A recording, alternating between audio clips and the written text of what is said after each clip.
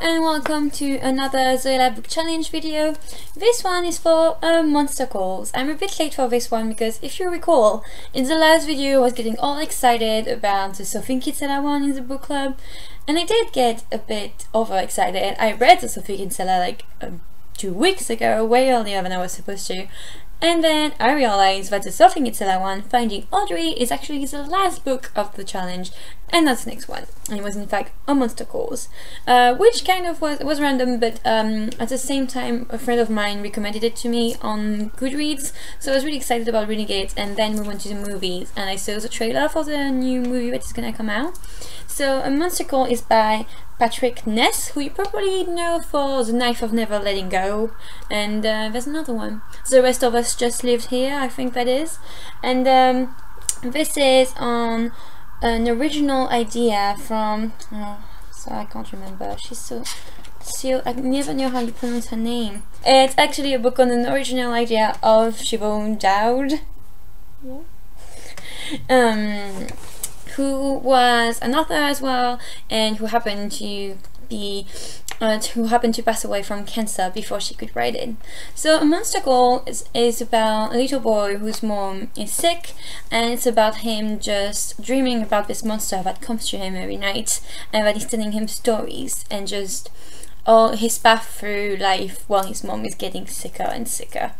And so it's a very, very poetic book. It's kind of strange. It's very eerie, I think. It's a very eerie book. It's a really short read as well, and it's like really spaced and all this. So it's a really short read. I think it's a really good book for children and young adults to introduce illnesses and talk about like those kind of really hardships, of course, kind of really like terrifying hardships that can happen to a child and to a child's family. It's a very good book in the way it's written. It's really like, it takes you away. It's very dreamy. It's really like, I think the strongest adjectives I can use about this book, that I feel the strongest about, would be eerie and poetic, because that's what I can like the most, I think, remember and feel from this book. It's not a book that I would usually like or usually pick up.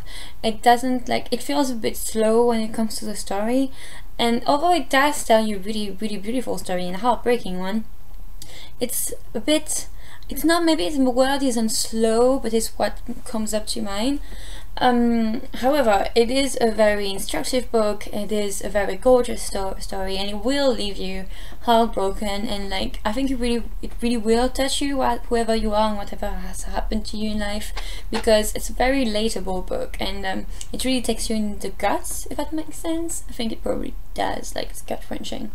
I really love this cover, by the way, that it was made for the Zoella Bookclub, and I'm really excited about it becoming a movie, because I think it can really be epic. Like, just the dream sequences and all this is really good. I think maybe, I don't think it's about your age or anything, but I think maybe I just felt a bit disconnected from the little boy at times, because we're two very different people.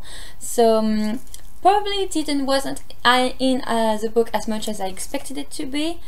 Again, it's one of the book of the challenges is one of those very like deep philosophical books that will teach you something and that will definitely make you feel. So it was definitely a really good book. I enjoyed reading it. I probably will not read it again because it was really hard and really sad, but maybe one day, I don't know.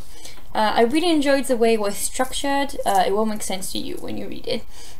And yeah, it's just like really good characters, a lot of like different, how would you say, different personalities that will probably show how like different people can react when they're confronted to a tragedy, like so what is going on in Connor's life. So yeah, it's just like really, yeah, I think it's really this like gut-wrenching kind of book, and every time after a little bit after midnight, the nightmare and the monster comes, and it's really a story about I think, how would it's just like, yeah, I don't know really how to explain it, but it just feels really like you're in a dream the whole way you read the book, and it's just, I think it's very magical in the way it does the way it tells its story.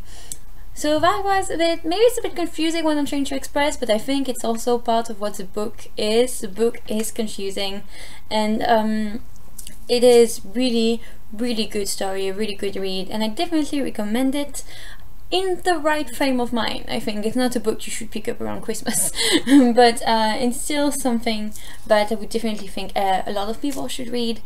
It teaches you a really valuable lesson, and that's probably the most you can expect out of a children's book. So this was really nice, and it definitely made me want to read The Knife of Never Letting Go and The Rest of Us Just Live Here. I've heard a lot about those books, but I never picked them up. I never was really that interested. But now that I've seen how the writer goes about his stories and how he writes, and like that writing is so poetic and it's so nice, and it just feels like a fairy tale in you. It feels like he's telling the story aloud rather than writing it, if that makes sense. So yeah, I definitely will pick them up. If you have read The Monstacles and if you've read other Patrick Ness book, please tell me if you've liked them. Which one should I start with? Any recommendation is welcome. So that's definitely a 4 out of 5 for this book, and I will see you next week for Lying About Last Summer, which is a very different book, which is more of like mystery book, it seems. I've only just started it, but it still looks good. And I'll see you next week for Lying About Last Summer and the rest of the Zoella Bookclub. I hope you've enjoyed this video and you've enjoyed this book. If you haven't read it, go get it. It's really nice.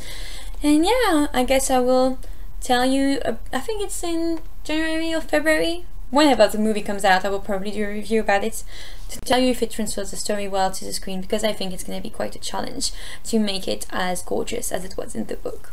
Thank you for watching this video. I hope you enjoyed it and have a lovely time. Bye!